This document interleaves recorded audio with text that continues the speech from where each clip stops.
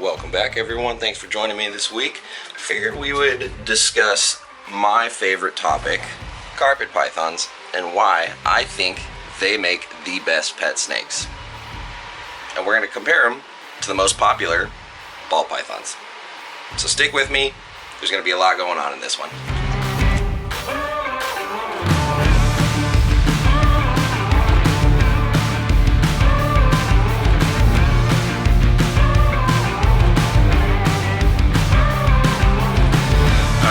So this right here is actually a very important snake, oddly enough, coming from my mouth. This guy right here is Little Buddy. This is my wife's ball python, and he's actually the first snake that I ever hatched out, period. First production of any sort of reptile snake whatsoever. He's just a classic normal, beautiful guy, has always eaten frozen thawed, lives in a bioactive planted vivarium, never misses a meal, super sweet. Everything that the hobby loves in a pet snake, right? But not all ball pythons live like him. Not all of them eat frozen thawed and are so consistent and live like him. Ball pythons have a lot of reputation, and for most people it's easy to get by, but as somebody who is constantly working with first-time new snake owners, there's a lot of drawbacks to keeping a snake like this. And so I thought, in my quest to explain why carpet pythons are so awesome, I would compare them to a very familiar and commonly kept pet snake like a ball python for you all to relate to. So, just wanted to show off Little Buddy, give you guys a frame of reference, and we're going to talk about some of the things that are frequently discussed about as ball pythons as pets. Alright, let's do this. So when I'm working with prospective first-time snake owners and getting them to sort of figure out what they want in a snake, the first thing we usually discuss is temperament. Now, ball pythons are obviously known for being gentle, very shy, rarely to bite, wonderful snakes. And a lot of people think carpet pythons, specifically jungles, are pretty nippy and not friendly, irascible, bitey things. And it couldn't be further from the truth. Now, there are always certain individuals with personality quirks that will fit certain stereotypes like that, but I'm here to tell you this beautiful jungle carpet produced by my friend Martin Roseman of Martin Armorelia does not fit the stereotype. This girl's a sweetheart, she always has been, and I don't expect her to ever change because I love this snake. I take her out a lot. And with frequent handling, even some of the more grumpy snakes can be tolerable.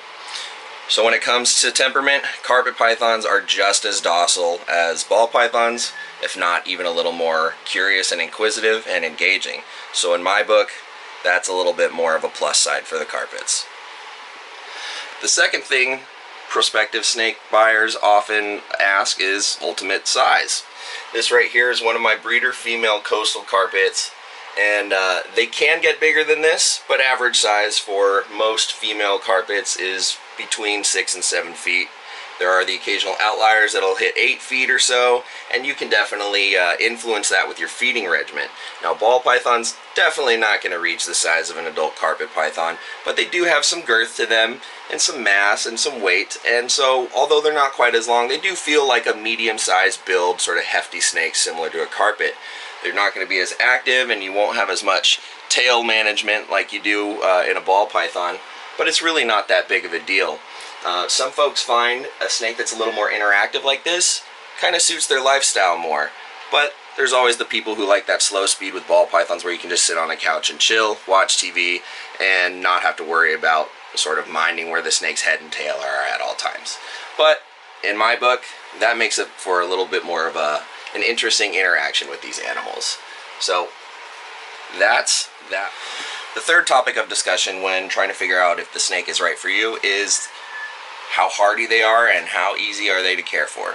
Something like Morelia Bredli here, widely considered some of the hardiest and toughest snakes out there. Now that doesn't mean you should neglect them, but if a little bit gets in your way of doing your due diligence on your normal routine and cleaning, things like that, these guys are pretty tough. They can take high heat, very cool temps in the evening. Where they are from in the red center of Australia is pretty harsh climate. So, for example, these guys might go months without food in the wild. and have to escape extreme heat in excess of 115 degrees Fahrenheit and experience temperature drops down near freezing where they live. So they're very hardy animals, very tough and forgiving snakes, very forgiving of keeper error, I like to say. Not that I want you to make any mistakes. That being said, you don't have to be so hard on yourself. These guys are pretty tough. So ball pythons, they're tough as well, but they can be quite finicky. If their humidity isn't right, you're going to get bad sheds. You'll rarely get a bad shed out of a carpet. That's just kind of how it goes.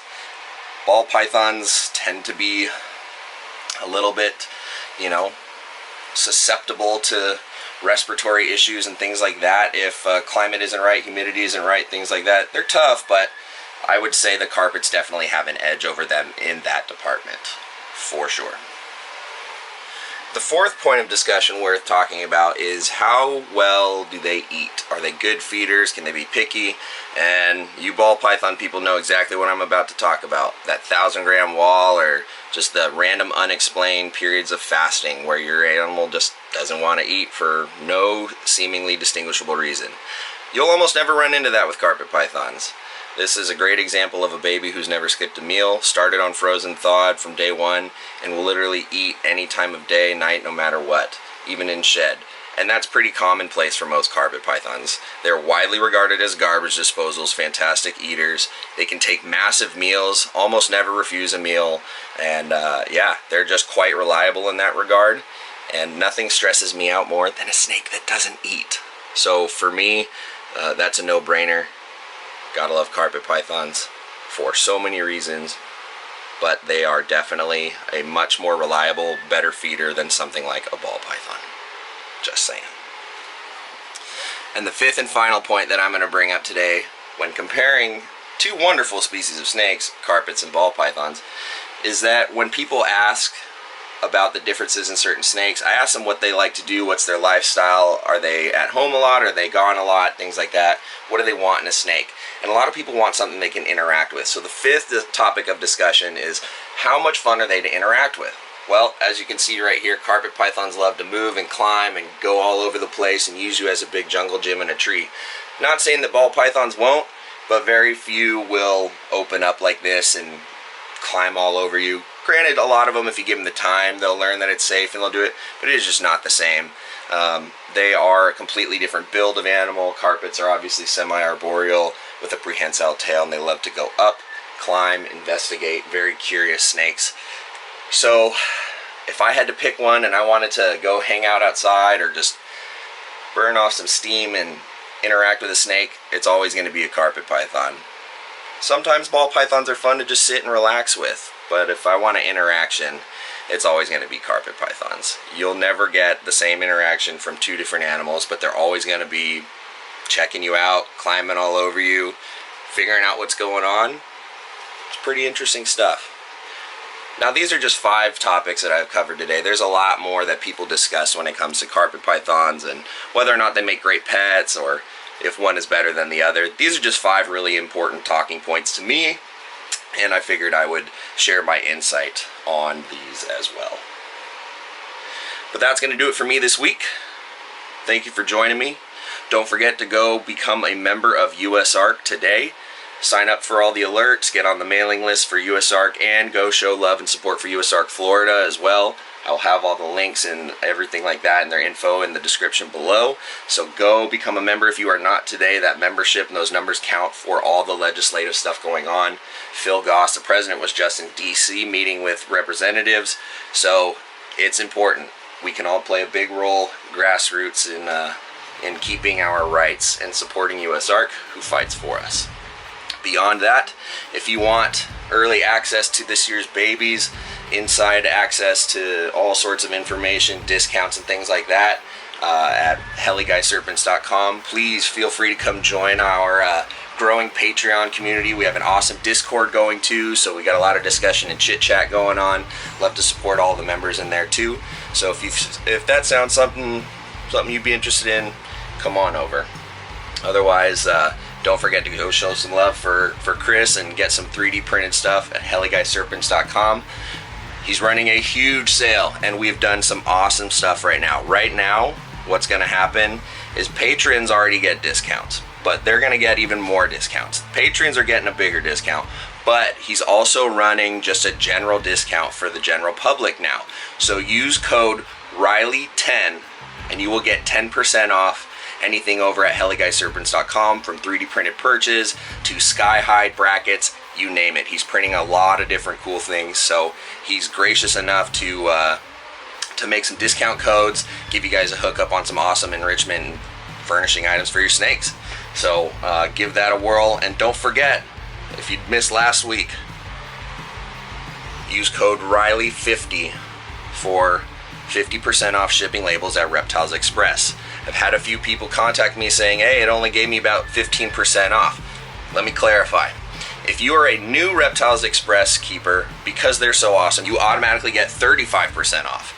So when you type in that code, it's going to add that 15 to bring it up to a total of 50. The second time you go buy a shipping label through Reptiles Express, you will no longer get your newbie discount of 35%. Sad, but that's how they get you in. It's all good.